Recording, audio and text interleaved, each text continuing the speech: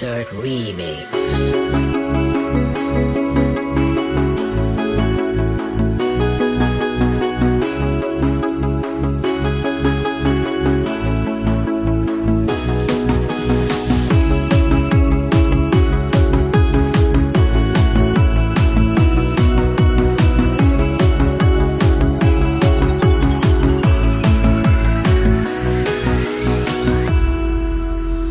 បងក៏មិនបន្ត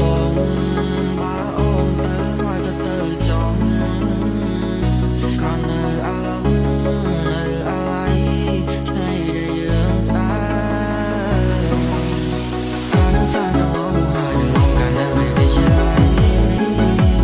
ពេលវេលាដែលមាននំឡៃដល់លើក៏នៅសងឡៃពេលសយយ៉ាតែមិនប្រាថ្នាអ្នកថ្មី